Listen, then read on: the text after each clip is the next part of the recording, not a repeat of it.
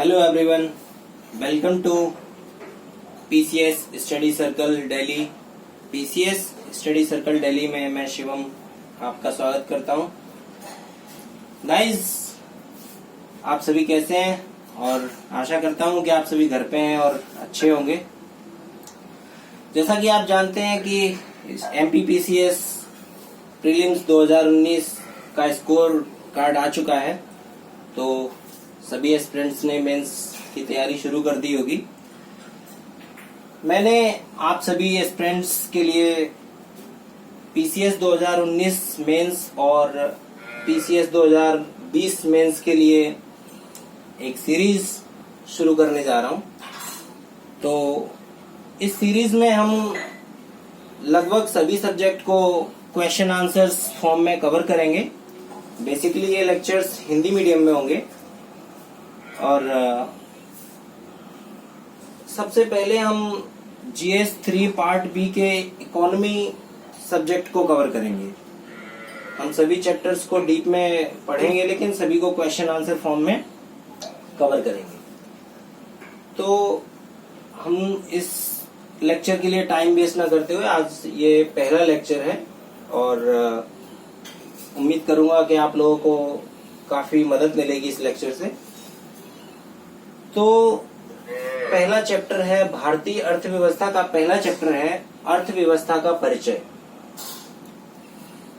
मैं क्वेश्चन शुरू करने से पहले आपको एक छोटा सा बैकग्राउंड बता देता हूं। प्राचीन समय में भारतीय अर्थव्यवस्था काफी समृद्ध और काफी संपन्न हुआ करती थी। मध्यकाल में भारत का व्यापार अरब देशों से, पश्चिम एशियाई देशों से और यूरोप के साथ हुआ करता था, लेकिन 18वीं सदी में आते आते ब्रिटिश साम्राज्य के अंतर्गत भारतीय अर्थव्यवस्था पूरी तरह चरमरा गई और ये काफी दयनीय स्थिति में पहुंच गई। लेकिन सन 1947 में स्वतंत्रता प्राप्ति के पश्चात पंडित जवाहरलाल नेहरू जी के नेतृत्व में भारतीय अर्थव्यवस्था में सुधार और निरंतरता लाने के उद्देश्य से कई आवश्यक उपाय किए गए, जिसका एक उदाहरण सन 1991 में नई आर्थिक नीति की घोषणा करना भी था। इस चरण में भारतीय अर्थव्यवस्था में उदारीकरण, निजीकरण और भूमंडलीकरण जैसे परिवर्तन किए गए, जिसमें अनेक उद्योग और संस्थाओं को नियमों और कानूनों और प्रतिबंधों को हटाकर उदार बना दिया गया। सार्वजनिक क्षेत्र के उपक्रमों को निजी क्षेत्र में हस्तांतरित कर दिया गया और भारतीय अर्थव्यवस्था को विश्व अर्थव्यवस्था से जोड़कर वैश्वीकरण को बढ़ावा दिया गया। ये एक छोटा सा बैकग्राउंड था हमारी भारतीय अर्थव्यवस्था का। अब यदि हम अर्थव्यवस्था का परिचय चैप्टर को प्रारंभ करें तो इसमें पहला क्वेश्चन हमारा यही बनता है कि अर्थव्यवस्था क्या है। What is economy? अर्थव्यवस्था किसे कहते हैं? तो जैसा कि आप ये देख पा रहे हैं, किसी राष्ट्र द्वारा उसके अपने नागरिकों की सामाजिक और आर्थिक स्थिति में सुधार लाने के उद्देश्य से उपलब्ध संसाधनों का समुचित नियोजन करते हुए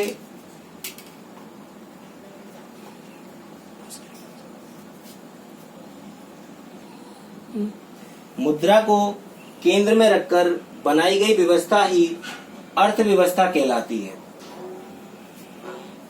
अर्थव्यवस्था शब्द को किसी देश के साथ जोड़कर प्रायः पूर्ण बनाया जाता है, जैसे भारतीय अर्थव्यवस्था, अमेरिकी अर्थव्यवस्था।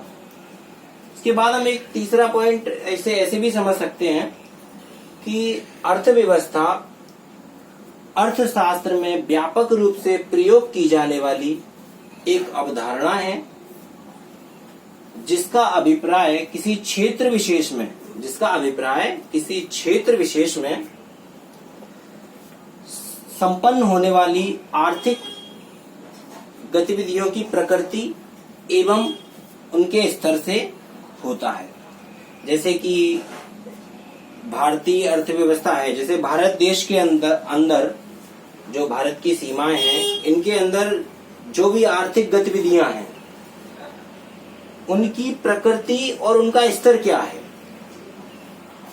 ये समाजवादी है, ये पूंजीवादी है, ये खुली अर्थव्यवस्था है, बंद अर्थव्यवस्था है, ग्रामीण अर्थव्यवस्था है, किस प्रकार की अर्थव्यवस्था है, ये उनकी प्रकृति और उनके स्तर से इस बात का ज्ञान प्राप्त किया जाता है।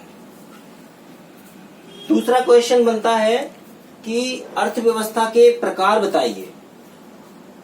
तो किसी भी देश की अर्थव्यवस्था विभिन्न प्रकार की हो सकती है, जिसमें से प्रमुख प्रकार ये निम्न प्रकार हैं।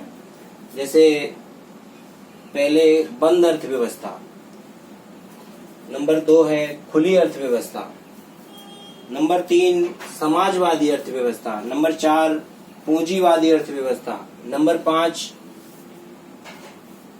मिश्रित अर्थव्यवस्था और नंबर 6 ग्रामीण अर्थव्यवस्था। यदि आपके ये 3 मार्कर क्वेश्चंस हैं जो अभी मैं करा रहा हूं, ये आपके लिए 3 मार्कर क्वेश्चंस हैं। 3 मार्कर के बाद हम 6 मार्कर और 15 मार्कर भी तैयार करेंगे। यदि 3 मार्कर क्वेश्चन का आंसर लिखना है तो आपको सिर्फ इतना ही आंसर लिखना है। आप इन सभी पॉइंट्स को सिर्फ ये सारी अर्थव्यवस्थाओं को आप पॉइंट्स में लिख सकते हैं, आपको डिफाइन करने की जरूरत नहीं है। लेकिन यदि ये क्वेश्चन आपको 6 मार्कर में आता है तब आपको ये सभी पॉइंट्स डिफाइन करने होंगे। तो अभी 3 मार्कर की तैयारी कर रहे हैं हम। इसके बाद जब मैं 6 मार्कर में कराऊंगा तो आपको ये सभी डिफाइन कराऊंगा कि बंद अर्थव्यवस्था क्या होती है, खुली अर्थव्यवस्था क्या होती है, पूंजीवादी अर्थव्यवस्था क्या होती है। ठीक है, तो आज के लिए इतना ही गाइस। आई होप कि आपको वीडियो अच्छा लगा होगा। यदि अच्छा लगे तो लाइक करिएगा, सब्सक्राइब कीजिएगा और कैसा लगा वीडियो कमेंट बॉक्स में अवश्य बताइएगा। और अभी बेसिकली ये हिंदी मीडियम स्टूडेंट्स के लिए है। यदि आप इसे इंग्लिश मीडियम में भी चाहते हैं तो आप कमेंट बॉक्स में बताइएगा, हम इंग्लिश मीडियम में भी बताने की कोशिश करेंगे। और अगर आपको कोई डाउट है तो आप कमेंट बॉक्स में पूछिएगा, मैं पूरी कोशिश करूंगा आपके डाउट्स को क्लियर करने की। थैंक यू, जय हिंद।